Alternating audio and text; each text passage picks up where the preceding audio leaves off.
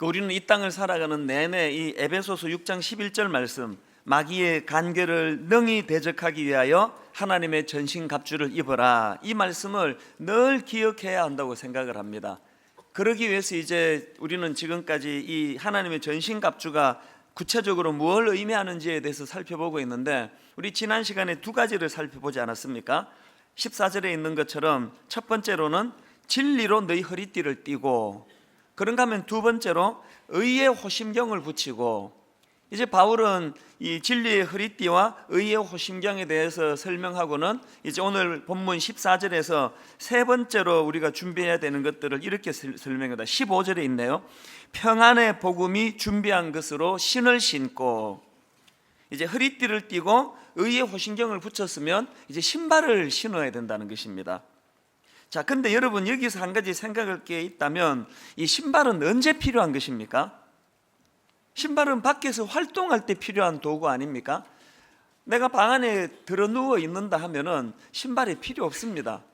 그래서 바울이 영적 전쟁에서 이 신을 신고라는 말씀을 주신다면 그 전제가 뭐냐 하면은 이제 이 신을 신고서 이제 행동할 것, 이것을 전제로 하고 있는 메시지가 여기 담겨 있다는 것입니다.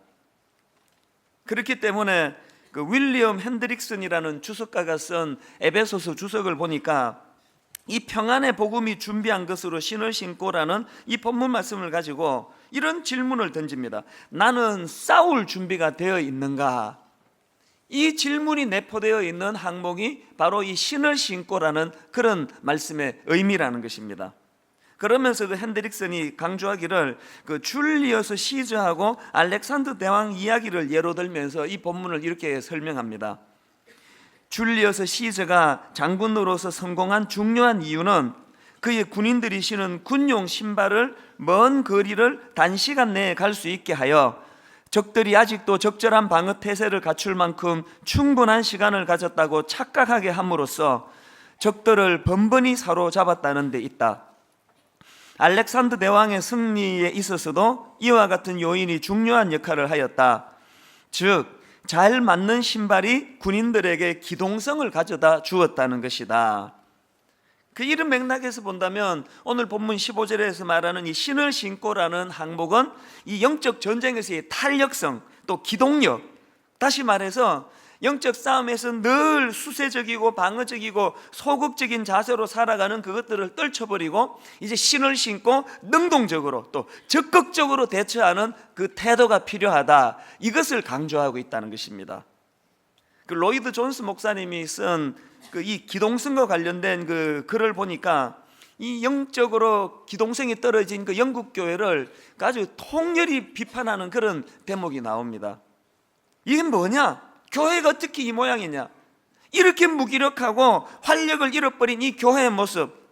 그래서 교회 가면은 맨날 상투적인 말이나 하고 또 늘 쓰던 표현이나 되풀이하는 이런 사람들이 덕실거리는 교회를 보면은 마음이 슬퍼진다. 그러니까 이런 요지로 그렇게 비판하는 글을 제가 보면서 오늘날 한국 교회도 우리의 무기력함을 이렇게 통렬히 지적해 주시는 어른이 필요하다. 제가 그런 생각을 해보았습니다.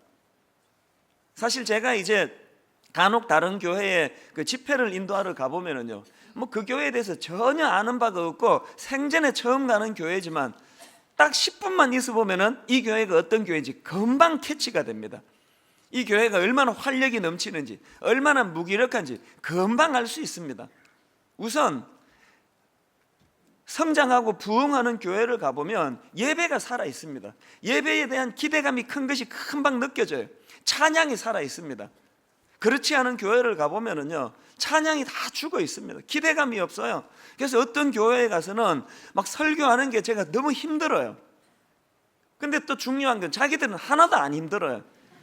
그게 늘 그 익숙한 그 패턴이기 때문에 자기들이 그렇게 무기력한 상태에 빠졌다는 것 자체를 인식하지 못하는 거예요. 이 살아있는 교회, 활력 있는 교회를 가보면은 또 얼마나 이 복음이 잘 증거가 되는지요. 그냥 막 그 복음을 듣고 처음 예수 믿는 1년 미만의 이 신앙생활을 시작한 지가 너무 많이 모여 있는 거예요. 불행하게도 오늘 한국 교회는 이렇게 활력이 넘치는 교회는 그렇지 않은 교회보다가 많지가 않습니다. 그 옛날에 제가 어릴 때 60년대 말 70년대 초 이럴 때 이제 우리나라에서 그때도 축구를 참 좋아했던 것 같아요. 그 가난한 나라에서도 뭐 공 하나만 주면은 그냥 한 2, 30명이 갖고 놀 수 있다가 보니까 그런지 저희 어릴 때도 축구가 굉장히 그 인기였습니다. 근데 제 기억에 그렇게 그냥 뭐 무슨 뭐 한일전이다, 또 어떨 때는 유럽에 있는 강팀을 초청했다 그래가지고 그 중계를 보면은요 속이 터져요. 속이. 하여튼 이렇게 강팀하고 축구를 하면은 처음부터 이길 생각을 안 해요. 비기기 작전. 막 온통 수비만 하고 공 오면은 수비는 그냥 밖으로 뻥뻥 차고, 그리고 또 수비가 그 골키퍼한테 자꾸 이렇게 공을 주면서 그러다가 꼭 후반전 들어가면은 이제 한 골, 두 골 얻어먹고는 뭐 욕을 바가지로 먹고 그랬던 게 제 기억이에요. 또 이제 우리랑 비슷한 나라랑 축구를 할 때도 제 기억에 어쩌다가 우리가 먼저 선제골을 한 골 넣고 나면은 그때부터 이제 지키기, 그래서 이제 공격을 생각 안 하고 막 전부 수비만 해가지고 1대0으로 이기겠다고. 그래서 이제 막판에 한 10분 남겨놓고 2대1로 역전패 당하고 뭐 이런 일들이 참 많았는데요. 그 축구 중계를 제가 그 했던 걸 기억해 보면은 해설하는 분들이 답답함을 이렇게 표현하는 이야기를 제가 들었던 기억이 나요. 아, 이게 최상의 공격이 그게 최상의 수비인데 참 답답합니다. 그런 이야기들을 하는 걸 종종 들었었는데요. 그런데 여러분, 지금 우리나라 축구 패턴이 완전히 바뀌었습니다. 지금 우리나라는 한 골 먼저 우리가 골을 넣었다고 수비 위주로 바꾸지 않더라고요. 끝까지 하여튼 체력을 강화해서 그 달리고 또 달리는 이런 지금 축구를 보면서 제가 거기서 참 도전을 받습니다. 이게 영적으로도 마찬가지예요. 우리가 그냥 영적 전쟁에서 수비만 잘한다고 해서 이길 수 있는 게 아니에요. 기껏 그냥 우리가 자부심을 느끼는 게, 야, 지난주에도 내가 죄를 안 지었지, 마귀가 3번 유혹했을 때 그래도 한 번은 이겨내고 2번만 내가 유혹에 넘어갔으니 야, 이건 성적이 좋은 거다. 이런 식으로 수비 위주의 신앙생활 해가지고는 절대로 이길 수 없습니다. 바울이 그 신을 신으라고 하는 것이 뭘 의미하겠습니까? 이제 좀 더 역동성을 회복하고 저돌적으로 이제 맞서 싸우고. 그래서 저는 이제 이사야 52장 7절에 있는 말씀이요, 좋은 소식을 전하며 평화를 공포하며 복된 좋은 소식을 가져오며 구원을 공포하며 시온을 향하여 이르기를 내 하나님이 통치하신다 하는 자의 산을 넘는 발이 어찌 그리 아름다운가. 아, 이 말씀이 저에게 너무 활력이 돼요. 오늘 우리가 이 산을 넘는 그 복음의 발을 가지고 산을 넘는 자들의 이 아름다움, 이것이 오늘 우리에게 얼마나 중요한 메시지입니까? 사실 성경을 봐도요, 이 산을 넘는 발이 어찌 그리 아름다운가에 이런 삶을 보여준 위대한 우리 윗대 어른들의 그런 모범 때문에 우리가 복음을 받는 거 아닙니까? 제가 어제 이 설교를 준비하는데, 제가 이제 옛날에 그 초등부 아이들 교사를 꽤 오래 했거든요. 그때 이제 여름 성경학교 때 그 아이들에게 가르쳐 줬던 그 찬양, 그 노래 하나가 어제 오후에 계속 제 머리를 맴도는 거예요. 이거 아마 거의 들어보신 분이 없을 텐데요. 아이들 그 노래, 이렇게 이제 노래가 시작됩니다. 작은 광주리에 모세를 알죠, 어두운 구덩이에 예레미야도, 큰 물고기 속에 요나도 알죠, 방주 속에 있던 노아 가족도 모두 만나보겠네, 천국에 가면 보겠네, 내 죄가 용서받아 자유케 됐네, 모두 만나보겠네, 천국에 가면 보겠네, 이 얼마나 즐거운 모임일까. 이게 애들 부르는 노래이기 때문에 이거 약간 그 콧소리를 섞으면서 그 아동틱하게 불러야지 되기 때문에 제가 더 아동처럼 부르는데요, 어제 계속 이 노랫말이 생각이 나는 거예요. 2절은 또 이렇게 시작합니다. 크고 장사였던 삼손을 알죠, 기도할 줄 알던 엘리야 선지, 사자굴에 갇혀 있던 다니엘, 물맷돌로 거인 죽였던 다윗. 내가 음정이 평소에 이렇게 불안하지 않지만 이게 애들이 부르는 노래니까 그게 제가 참 마음에 어제 그 새삼스럽게 이게 도전이 되는 게 뭐냐 하면은, 그 수많은 위대한 거인들의 그 족적들을 보니까요, 그 작은 광주리의 모세, 어두운 구덩이의 예레미야, 물고기 뱃속에 있던 요나, 방주 속에 있던 노아 가족, 큰 장사였던 삼손, 기도할 줄 알던 엘리야, 사자굴에 갇혀 있던 다니엘, 물맷돌로 거인을 죽였던 다윗, 이 위대한 인물들, 이게 수천 년의 이게 역사의 갭이 있기 때문에 우리가 그분들의 삶을 뭐 속속들이 알지는 못한다 할지라도 우리가 알고 있는 건 뭡니까? 그들이 이 땅에 살아간 흔적, 큰 족적 하나, 발자국 하나 남기고 간 그 흔적 때문에 그 혜택을 오늘 우리 모두가 그것을 보고 살아간다고 할 때, 제가 마음에 어제 주먹이 쥐어지고 도전이 되는 게 뭐냐면, 하나님, 제 삶이 제가 죽고 10년만 지나면 내 존재는 다 잊혀지겠지만, 그런 하나님, 내 삶에 주님을 향한 이 족적 하나, 이 발자국 하나 남겨놓음으로 말미암아 저라는 존재는 잊혀질지 모르지만 우리 후대가 우리가 남겨놓은 그 발자국을 밟고 신앙의 여정을 걸어갈 수 있게 해주시기 원합니다.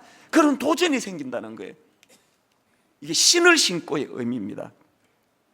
여러분, 혹시나 마음이 좀 무기력해지고 힘들고 막 우울증이 오고 그러시면은요, 여기 그 양화진에 가시라고 저는 권하고 싶습니다.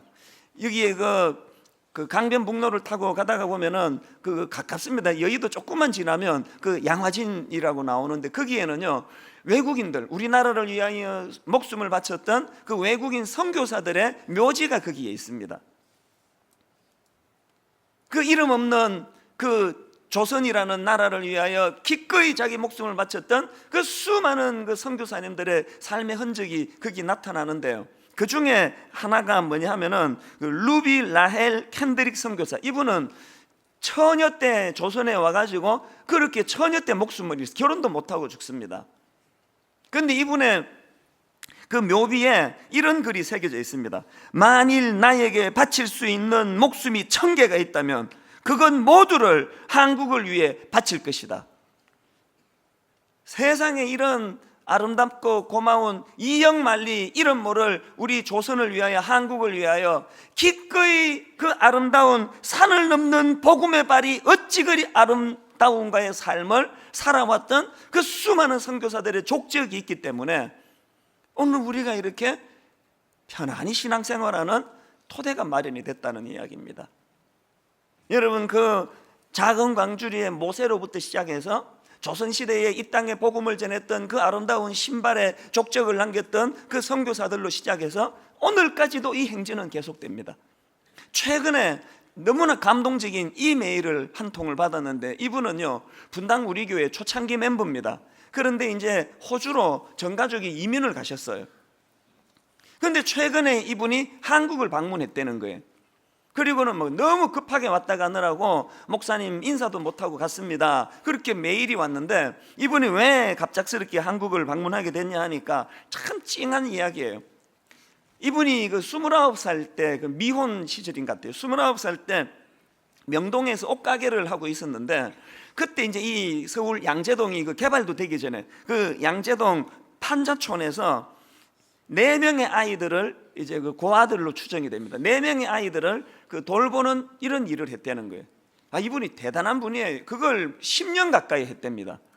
그렇게 4명의 아이들을 돌봤는데, 이분 가슴에 하나님 앞에 늘 죄책감이 뭐냐 하니까요, 자기가 이 아이들을 돌보고 있을 때는 당연히 그렇게 믿음 좋은 분이 엄마 노릇을 하니까 아이들이 주저없이 다 교회를 다녔는데, 이제 10년 지나고 그 아이들 곁을 떠나고 난 다음에 이 아이들이 교회를 안 나간다는 거예요.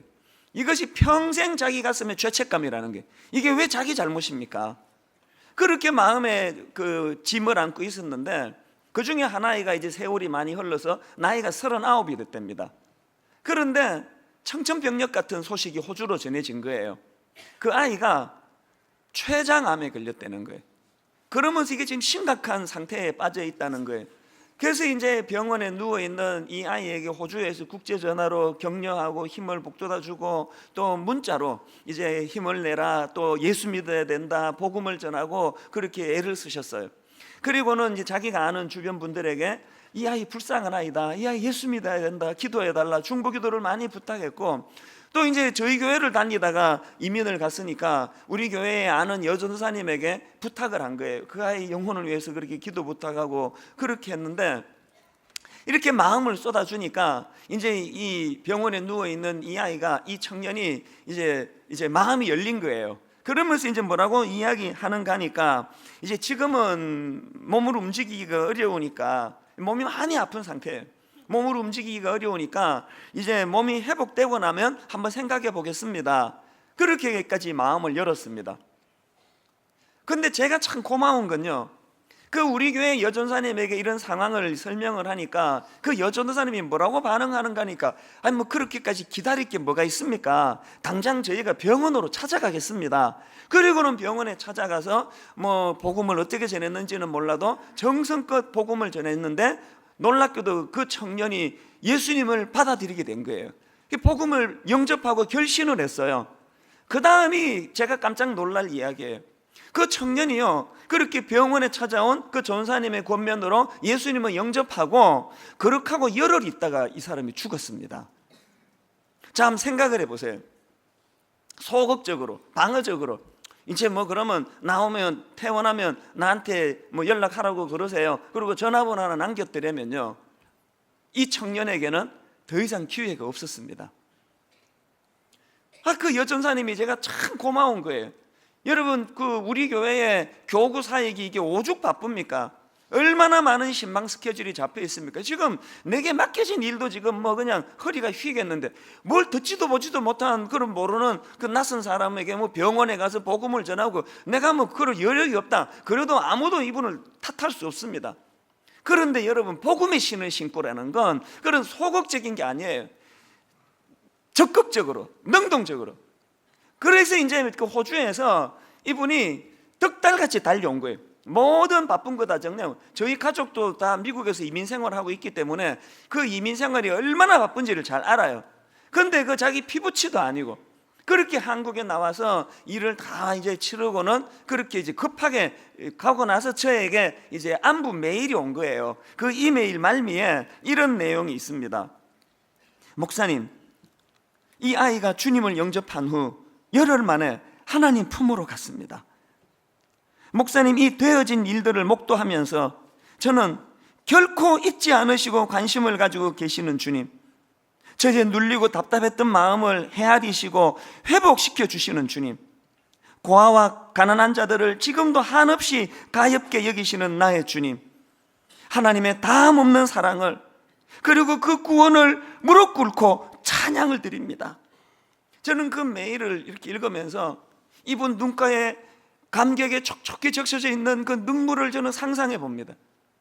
여러분, 이런 아름다운 삶의 족적은 어디서 맺어질 수 있는 거라고요? 복음의 신을 신고 산을 넘는 복음의 발이 어찌 그리 아름다운가. 여러분, 오늘도 분당 우리 교회가 이만큼 평온하게 평탄하게 교회가 유지될 수 있다면, 오늘도 곳곳에서 우리 젊은 교역자들이 부르는 그곳을 마다하지 않고 그 아름다운 복음의 족적을 남기며 달려가기 때문에, 오늘도 우리 순장님들이 자기 생업이 있고 직장이 있고, 남 순장님들은요, 토요일 날 오전에 모임 가지면 제가 너무 안쓰러워요. 세상에 하루 종일 금요일 날 직장 생활 다 하고 금요일 저녁에 파김치가 돼서 8시 반 9시 다락방 모임을 인도하면 어떤 다락방은 11시 12시까지 해요. 그렇게 하고는 그 다음날 새벽에 6시에 또 교회로 달려 나와야 되니까 이게 보통 힘들겠냐고요. 그런데도 불구하고 열정을 가지고 그렇게 달려 나오시는 우리 귀한 순장님들의 그 아름다운 영적 신발, 영적 발자취, 이게 오늘 이 교회를 유지하게 만드는 원동력이더라는 겁니다. 저는 저와 여러분 모두가 다 이 산을 넘는 복음의 발이 어찌 그리 아름다운가, 우리 모두 이런 꿈을 꾸면 좋겠습니다. 하나님, 내가 이 땅을 살다가는 흔적 하나도 남겨지지 않는다 할지라도, 하나님, 내가 주를 위하여 사랑의 그 빚을 가지고 내가 걸어갔던 그곳, 내 족적 하나, 내 발자국 하나 후대에 전달되기를 원합니다. 이게 바로 오늘 본문에서 말하는 이 신을 신고의 의미입니다. 근데 오늘 본문을 자세히 들여다보면요, 이 신을 신고라는 이 말씀 앞에 두 가지 큰 전제가 거기에 주어져 있는데, 자, 우리가 이제 신을 신어야 하는데, 우리가 신어야 할 그 신발은 어떤 신발이냐? 그 신발은 첫째로 복음의 신이어야 한다는 것입니다. 자, 15절을 다시 보세요. 평안의 복음이 준비한 것으로 신을 신고, 제가 이 부분을 해석한 학자들의 글들을 쭉 보니까요, 이게 크게 두 갈래로 해석이 되더라고요. 하나는 이제 여기 나오는 이 복음이 준비한 것으로 신을 신고 할 때 이 복음이라는 이 단어가 그 목적격적 속격이다. 그렇게 목적격적 속격으로 해석하면 복음이로 해석하면 안 되고 복음을로 해석해야 된다는 거예요. 다시 말해 이 구절은 우리가 어디서든 능동적으로 복음을 전할 준비를 갖추어야 한다, 이런 뜻으로 목적격으로 쓰여졌다, 그렇게 주장하는 학자들이 있는가 하면은, 또 다른 한 갈래의 그 주장은 뭐냐면은, 해석이 뭐냐면은, 여기 나오는 이 복음이라는 이 표현은 이게 목적격적 속격이 아니고 이건 주격적 속격이다. 그래서 이제 이건 이렇게 해석해야 된다. 그 신발 그 자체가 가지고 있는 복음의 능력을, 이것을 바탕으로 해서 어떻게 해석해야 되느냐, 복음의 능력을 가지고 영적 전쟁을 준비하라, 바울이 이런 뜻으로 해석을 했다. 그렇게 해석을 하는 학자들이 있습니다. 크게 이 두 갈래로 해석이 되는데, 글쎄 무슨 의도로 이런 글을 썼는지는 당사자만 알겠지만, 그런데 오늘 우리가 이 말씀을 받을 때 우리는 이 두 가지 의미를 다 취해야 된다고 생각합니다. 한편으로는 우리의 삶 속에서 언제든지 그 호주에 계시는 그분처럼 이 복음을 전할 마음의 준비가 되어 있어야 되는가 하면은, 그런가 하면 좀 더 포괄적으로 우리가 이 복음의 능력을 가지고 영적 전쟁에 맞서야 된다는 것입니다. 그런데 중요한 것은요, 모든 학자들이 대부분이 그렇게 하는 이야기인데, 바울이 에베소서 6장을 기록할 때는 그가 이제 감옥에 갇혀 있을 때나 활동할 때 로마 군인들의 복장을 유심히 관찰하고 그것을 토대로 해서 썼다는 거예요.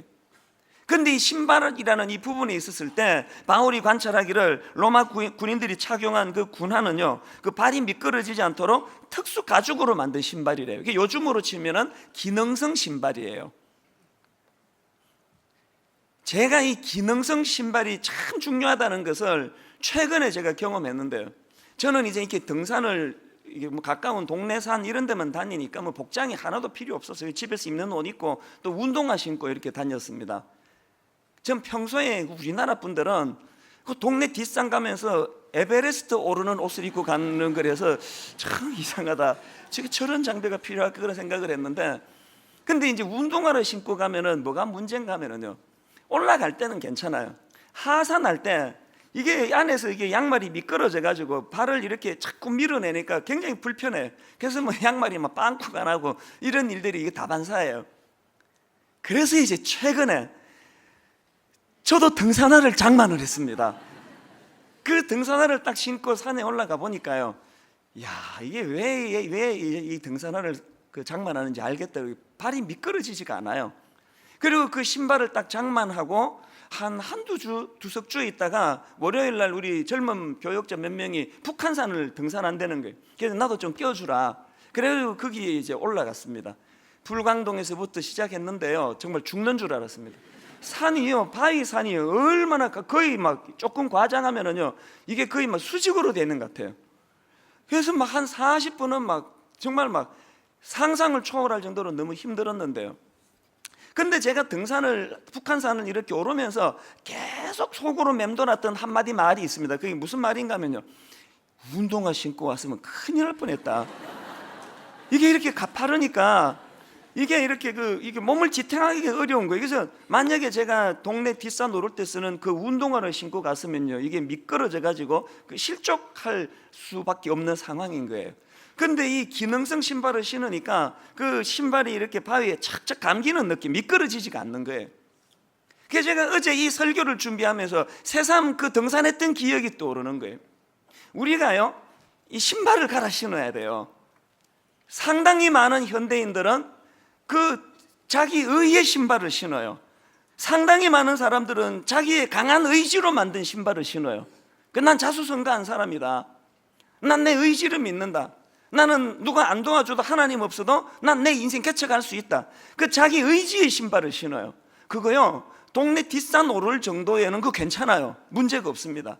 그런데 여러분, 이 땅을 살아가다가 결정적인 난관을 만나고 결정적인 고비를 만날 때 내 의지의 신발, 운동화 같은 것은 북한산 같은 바위산을 오를 때 다 미끄러져 자빠질 수밖에 없는 위험한 거예요. 그래서 우리가 이 영적으로 무장할 때 이 신발을 장만하되, 그것은 어떤 신발? 내 의, 내 도덕성, 내 의지, 내 강한 어떤 자아, 내 자아의 신발을 내려놓고 무슨 신발? 예수 그리스도의 십자가로 만들어진 복음의 신발로 무장을 해야 된다. 이 기능성 신발이에요. 그래서 내 삶에 그냥 내버려두면 자빠지고 넘어질 수밖에 없지만 이 주님의 십자가 복음의 신발을 신고 미끄러지지 않고 자빠지지 않는 이런 아름다운 발걸음이 우리에게 필요하다는 것입니다. 그런가 하면 두 번째로, 우리가 신어야 할 그 신발이 복음의 신발이라면 그 복음의 신발은 어떤 특징이 있는가? 둘째로, 그 복음의 신은 평안을 특징으로 한다는 거예요. 평안을 특징으로 한다. 성경은 그 복음을 어떻게 묘사합니까? 15절을 다시 보세요. 평안의 복음이 준비한 것으로 신을 신고. 이것도 이제 두 가지로 해석할 수가 있는데요. 이 평안의 복음이 준비한 것이란 뭐냐? 첫째로는요, 그 복음을 받아들인 사람에게서 그 사람에게는 복음의 능력으로서 주어지는 평안이 임한다는 거예요. 그래서 내가 이 아름다운 신발을 신고 누군가를 섬기려면 내가 먼저 그 평안을 누려야 된다는 거예요. 나그네 인생길 가운데 우리 본능이 얼마나 불안하고 위태위태합니까? 그럴 때 내 안에서 이것을 감싸줄 만한 능력, 이 평화의 복음의 능력이 나타나지 않으면 그건 온전한 신앙생활이 아닙니다. 그런가 하면 두 번째로, 이렇게 복음을 인정하고 그것을 받아들이는 자들이 누려야 할 평안을 누려야 될 뿐만 아니라 더 중요한 것, 이 평안의 복음으로 준비한다는 것은 그 사람 자체가 평화의 사람이 되어야 한다는 거예요. 이 두 가지가 다 필요하지 않겠습니까? 우리가 주님의 복음을 믿고 내 마음에 평화로다, 평안이 내 안에 자리 잡아야 되고, 뿐만 아니라 이것이 이제 우리 안에서 능력이 돼가지고 내 존재 자체가 평화의 사람이 되어야 된다는 거예요. 그래서 저는 우리 젊은 교역자들에게 자주 이런 충고를 합니다. 존재로 목회를 해라. 존재로 목회를 해라. 이런 이야기를 제가 빈번히 사용합니다. 존재로 목회하라는 게 무슨 뜻일까요? 제가 왜 이런 말을 하는가 하면요, 그 로이드 존스 목사님이 쓴 그 설교와 설교자라는 책에 보면은 그 서문에서 R.T. 켄달 목사님이 이런 글을 남겨놓은 것을 볼 수가 있습니다. 무슨 글을 남겼냐니 한번 들어보세요. 우리는 로이드 존스 박사님이 돌아가시기 몇 달 전까지 3년 동안에 거의 매주 2시간씩 만나서 그 다음 주에 설교할 내용을 놓고 토론하곤 했다. 그 시간을 통해 나는 더 나은 설교자가 되고 싶다는 소원이 아니라 더 나은 사람이 되고 싶다는 소원을 품게 되었다. 자, 이 대목이요. 로이드 존스 목사님과 설교 토론을 일주일에 2시간씩 하는 과정에서 이분이 무슨 소원을 갖겠다고요? 나는 더 나은 설교자가 되고 싶다는 소원이 아니라 더 나은 사람이 되고 싶다는 소원을 품게 되었다. 왜 이런 소원을 품었을까요? 시대를 풍미하는 대설교가였던 로이드 존스 목사님을 만나서 일주일에 2시간씩 교제하며 만나보니까 저분이 행하는 설교도 부럽고 귀하지만 그분의 삶 속에, 그분 존재 자체에서 느껴지는 너무나 아름다운 모습이 있으니까 그 존재를 담고 싶어졌다는 거예요. 오늘 우리 모두가 이 땅을 살아가는 가운데 우리 존재가 선한 영향력이 되도록 하는 것, 이게 평화의 복음의 의미예요. 저는 진심으로 내 소원이 하나 있습니다. 개척 초기에는 제가 행동으로 목회했습니다. 불철주야 뛰어다니고 제자 훈련 4개씩 하고 사람들 장례 치르고 결혼 주례하고 정신없이 다녔다면 점점 제가 시간이 가면 갈수록 하나님 앞에 기도하는 제목이 뭐냐? 하나님, 예전에는 제가 행위로 목회를 했다면 하나님 갈수록 존재로 목회하는 자가 되게 해주시기 원합니다. 존재로 목회하기 위해서는 뭘 하면 안 될까요? 절대로 제가 여러분을 실족시키는 짓을 해서는 안 되는 거예요. 그래서 내 평생의 소원이 이거예요. 하나님, 내가 은퇴하는 그 시간까지, 아니요, 죽는 그날까지 성도들 실망시키는 짓 하지 않게 해주세요. 성도들 실족시키는 짓 하지 않게 해주세요. 하나님, 제가 홀로 있는 독방에서라도 우리 성도들이 보면은 실망할 그런 짓 하지 않게 해주세요. 왜 이런 기도를 할까요? 이게 존재로 하는 목회예요. 오늘 우리가 평화의 복음으로 변화를 받았다 할 때에 우리가 던져지는 그 메시지로서 복음이 전거되겠지만 우리 존재가 이것이 평화의 복음이 되도록 해야 된다는 거예요. 자녀 교육도 마찬가지 아닙니까? 애들이 어릴 때는 행위로 양육을 해야 돼요. 잔소리 많이 해야 됩니다. 어른 보면 인사해라, 숟가락은 이렇게 쥐어라, 화장실 상은 저렇게 해야 된다, 약속은 작은 거라도 지켜라. 우리가 행위로 애들을 자꾸 양육해야 돼요. 그런데 저 아이들이 자라가면 자라갈수록 행위로 양육이 안 됩니다. 아이들이 자라가면 자라갈수록 우리 부모들의 존재 그 자체가 교육이라는 거예요. 이런 맥락에서 그 박영선 목사님이 쓴 책에 보니까요, 이분이 이제 그 영향력에 대해서 설명하면서 아브라함하고 롯을 비교하면서 이제 설명한 글이 있는데 이게 참 인상적이었습니다. 이분이 뭘 주장하시는가 하니까요, 롯이 이제 소돔과 고모라를 택하지 않습니까? 그런데 이제 소돔과 고모라가 너무나 타락하고 음란하고 패역해가지고 이제 망하지 않습니까? 근데 그 과정에서 하나님이 어디까지 내려갑니까? 의인 10명만 있으면 내가 용서해 주겠다.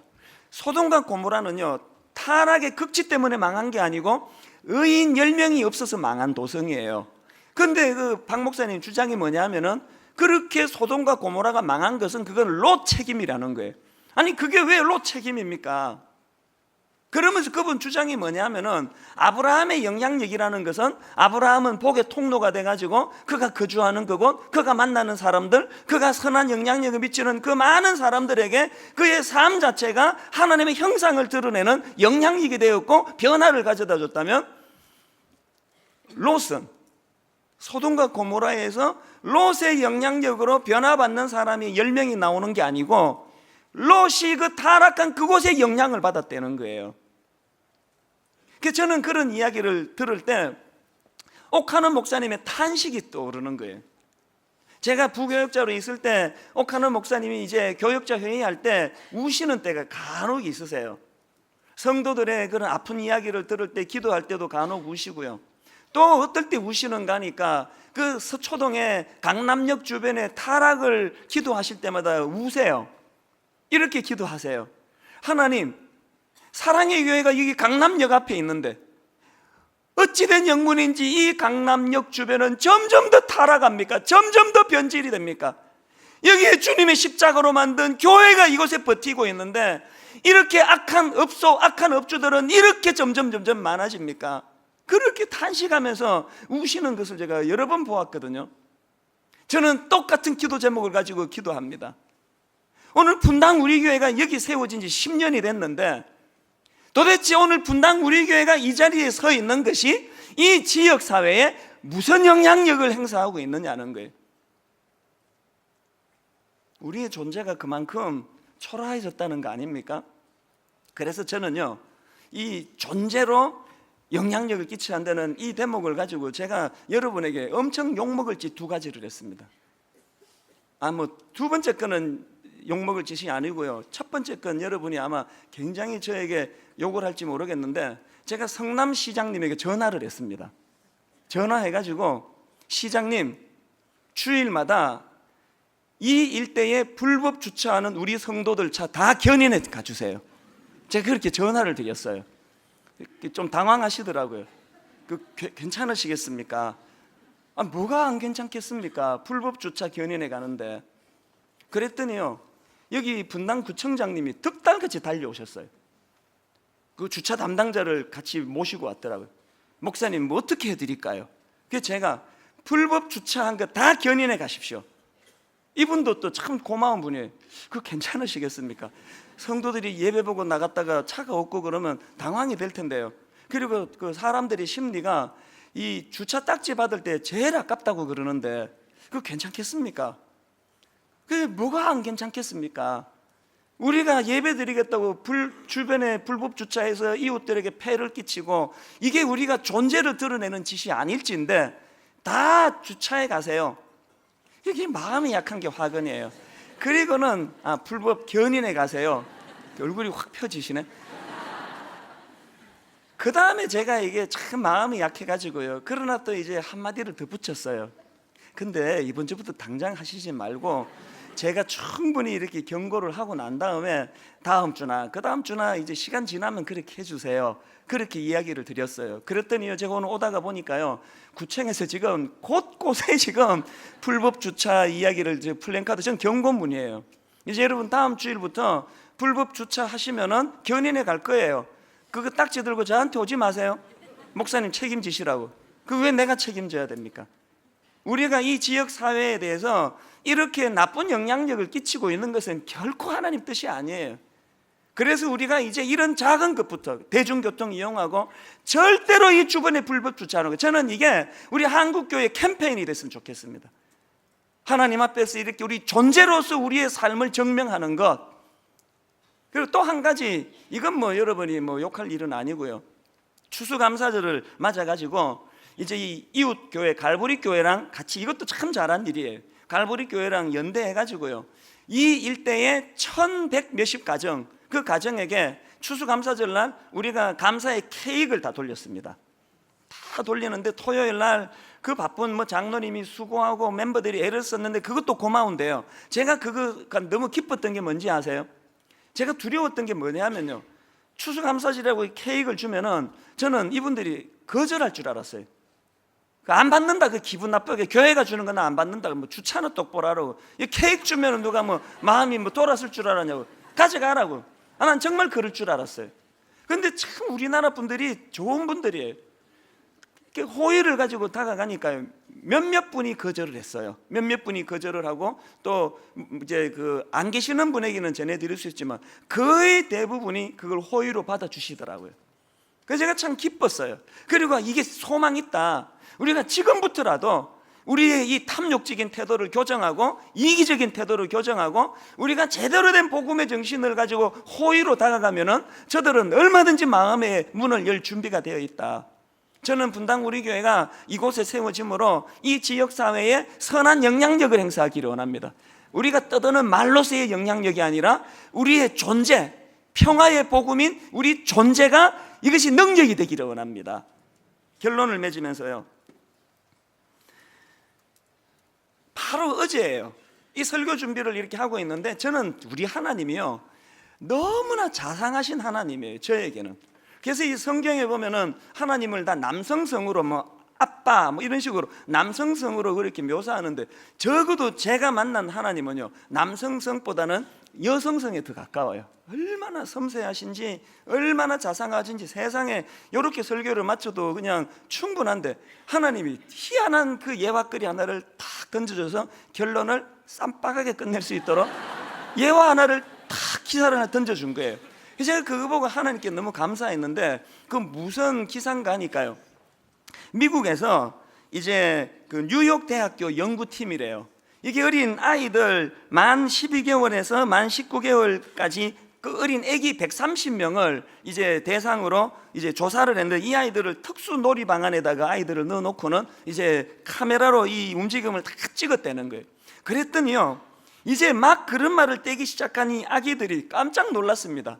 이 아기들이요, 하루 평균 4km를 걷더래요. 이 4km라 그러면은, 이 설명하면 이해가 잘 안 될 거예요.